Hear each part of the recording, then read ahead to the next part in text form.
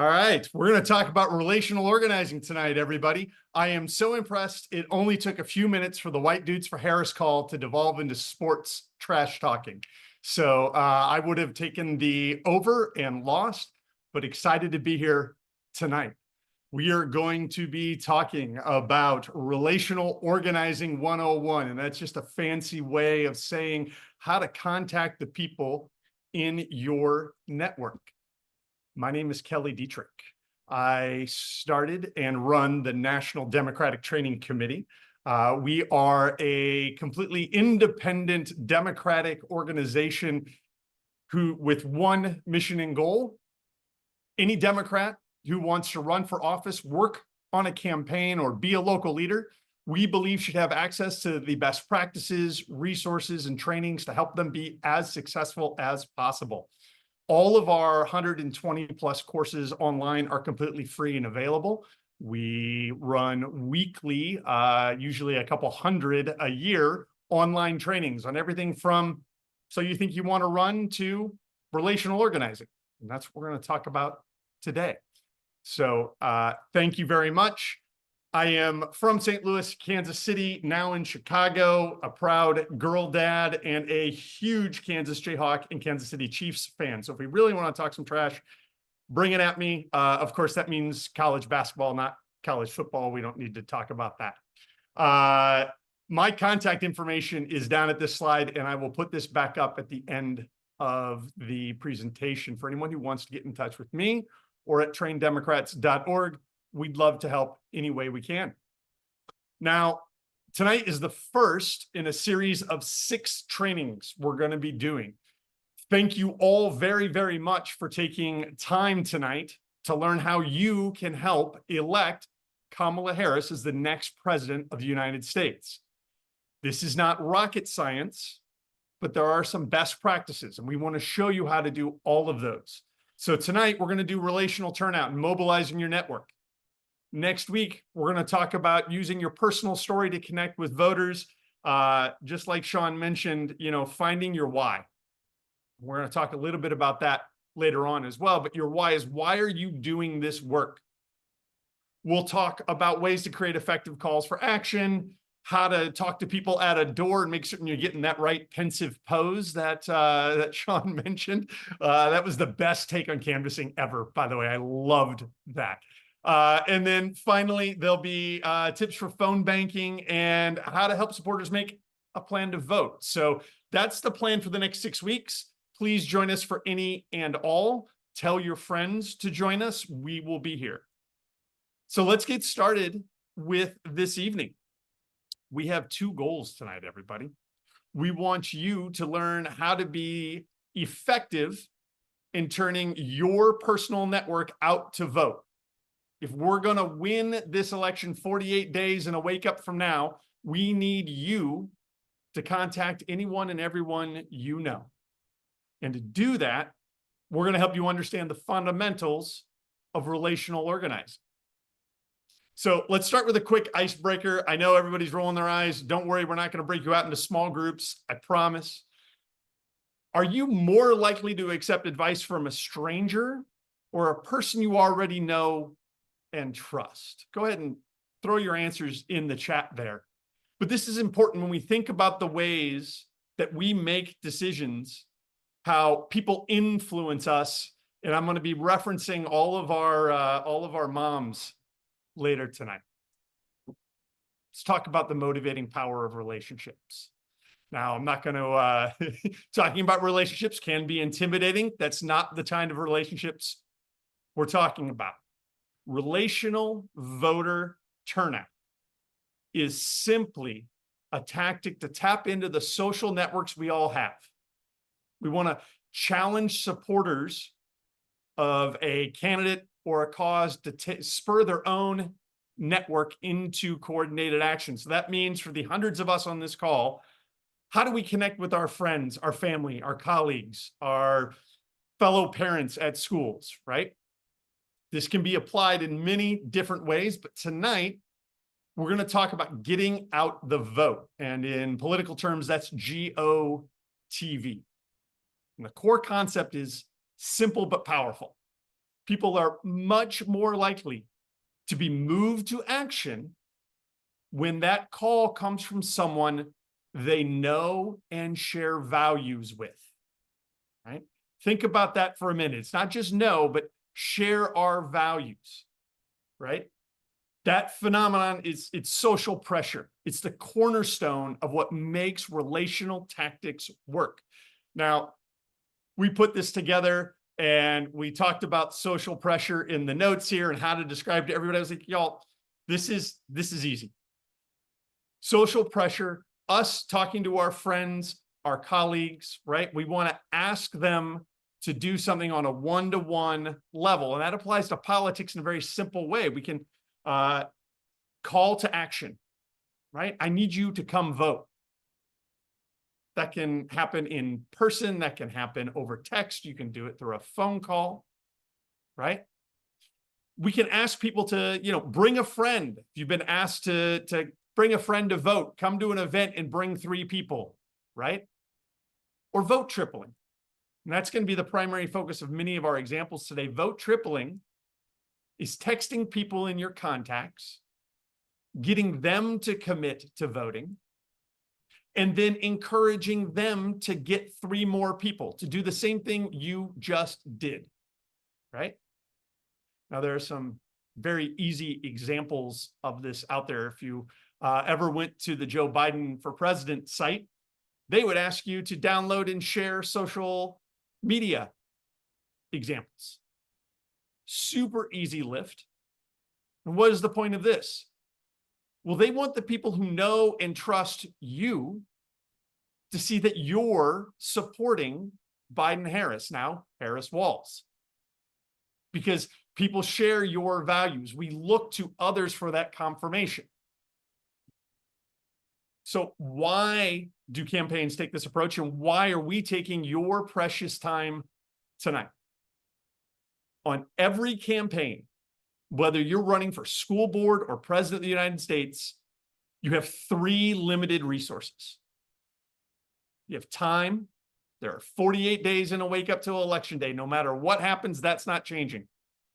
Money and people. How you use those 3. Do you take time to get more people? Do you take time to get more money? How you use those 3 to accomplish your goals directly affects your chances of winning your campaign. Relational organizing works for 3 reasons. 1, it's scalable. Just thinking here, I saw we had several hundred people on already. Let's say we have 400 people on. If each of us went and found 3 people, suddenly we're up to 1,200. 3 more, we're at 36. You can see this growing and growing very, very quickly.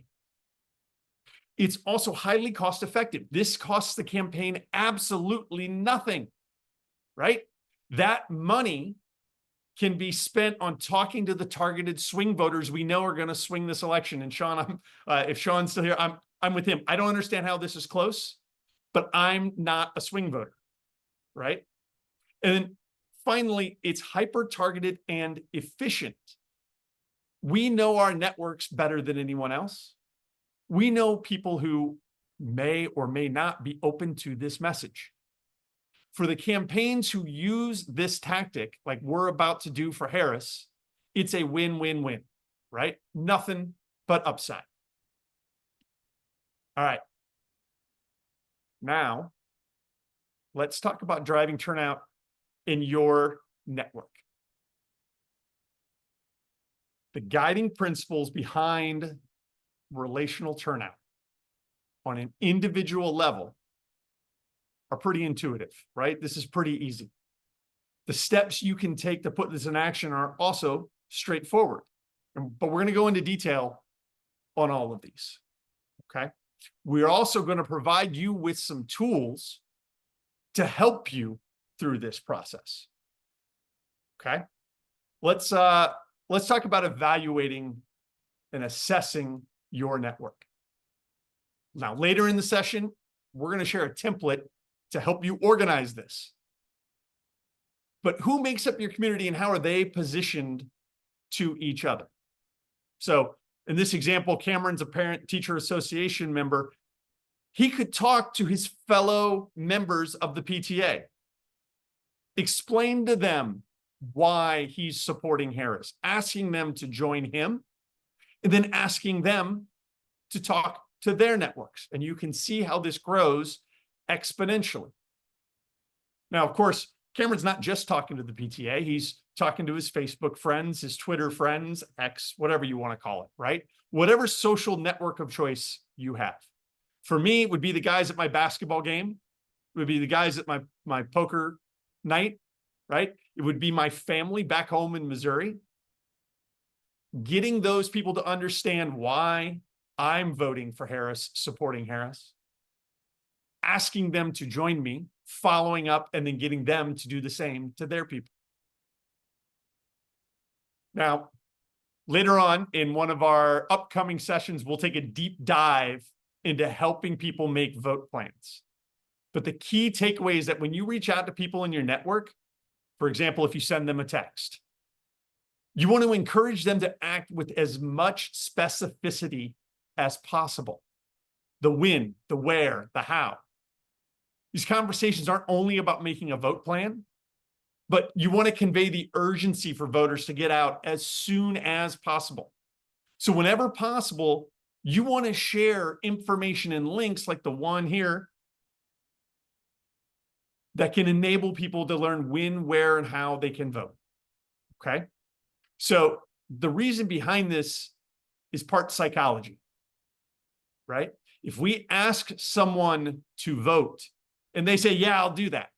Research shows that if they make a vote plan, if we start knocking down the barriers in advance, they're more likely to do it.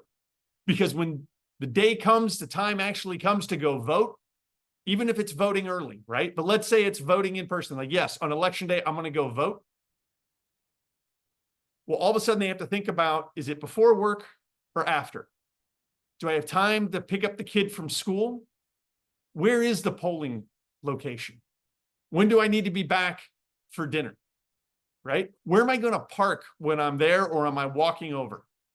There's all of these different questions that come to mind when you ask someone to do something. So we want to make it as easy as possible for them.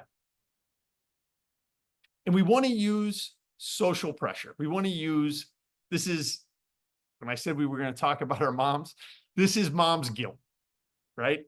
This is guilting people, applying the pressure to get them to take an action we want, to get them to vote Harris Walz, right?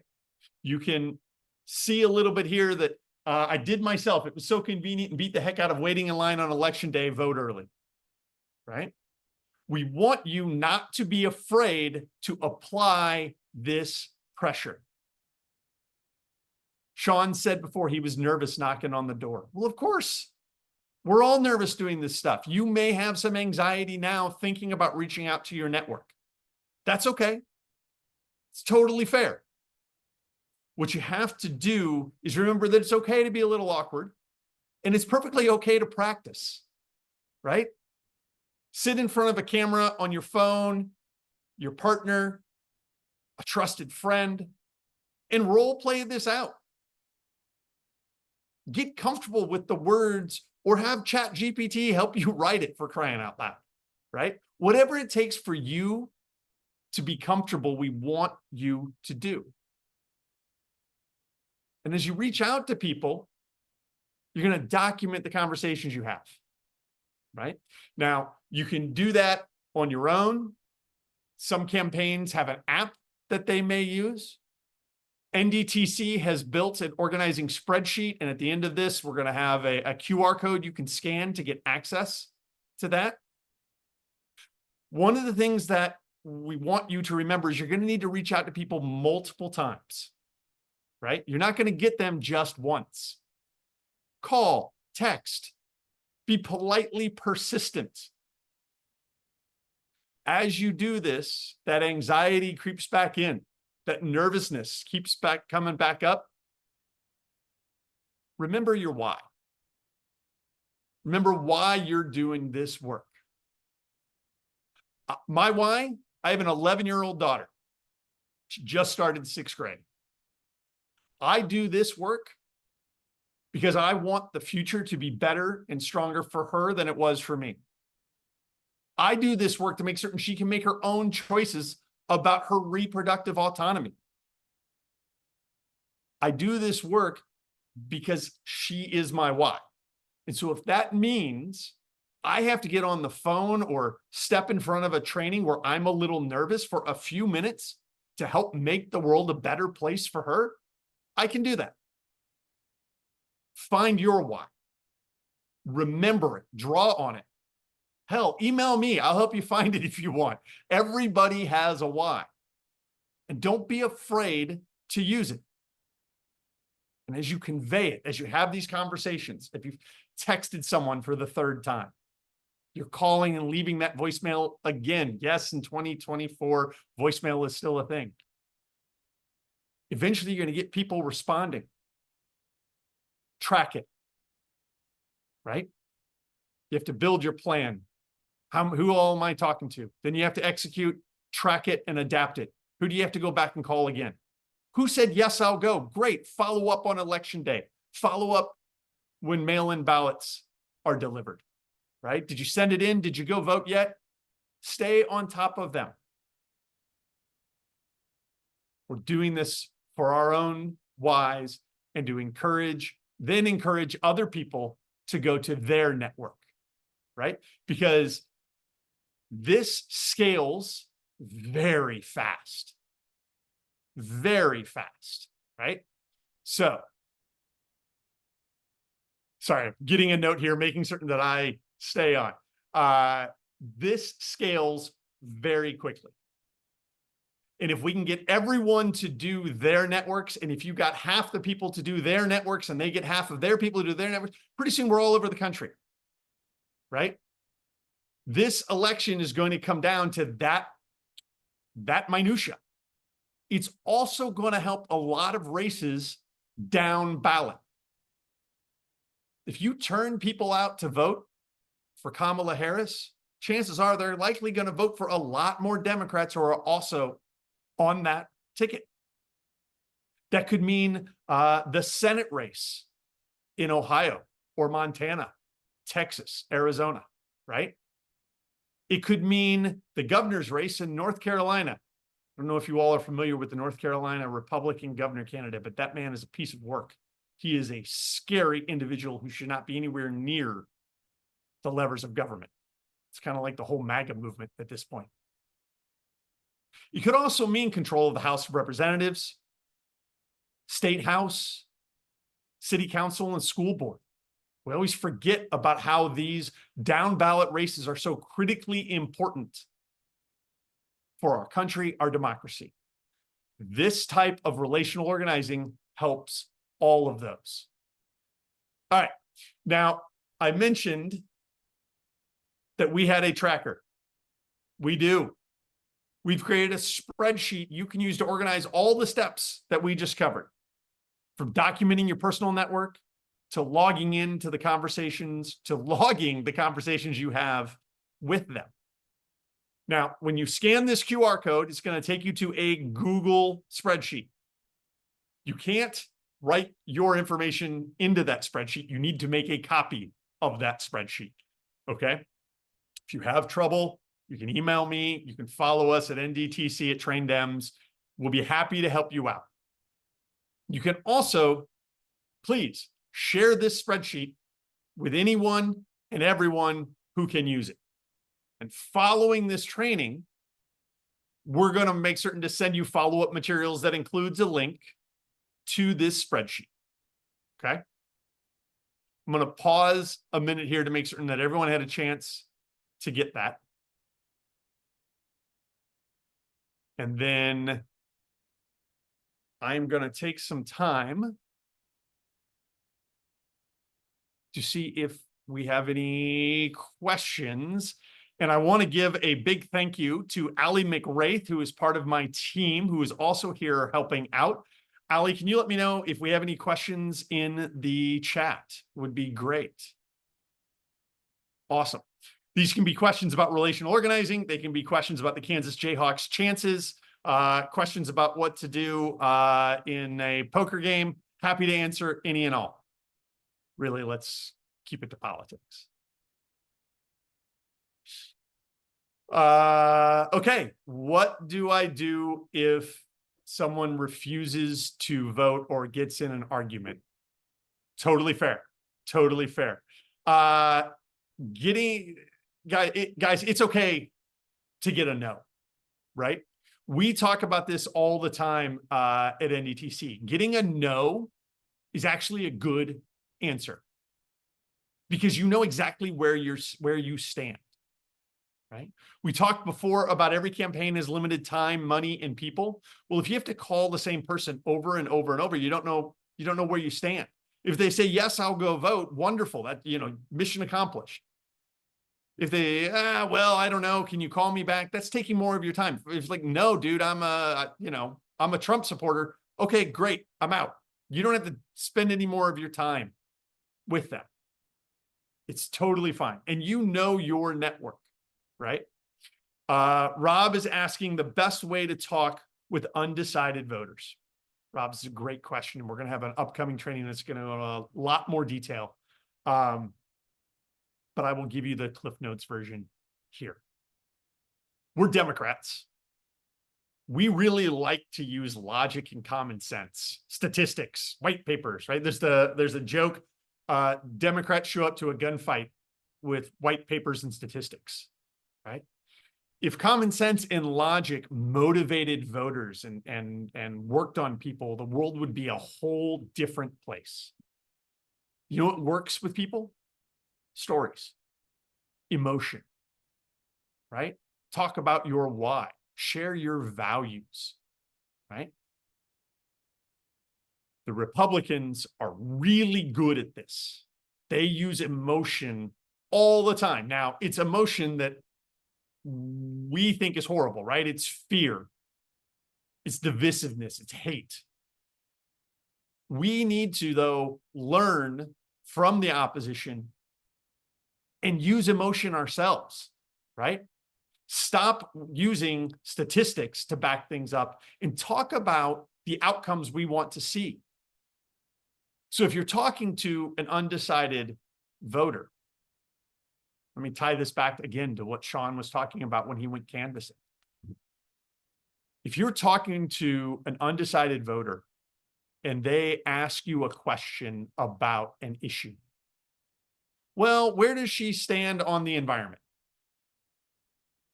They kind of want to hear what you have to say, but what they really want to do is they want to tell you where they stand.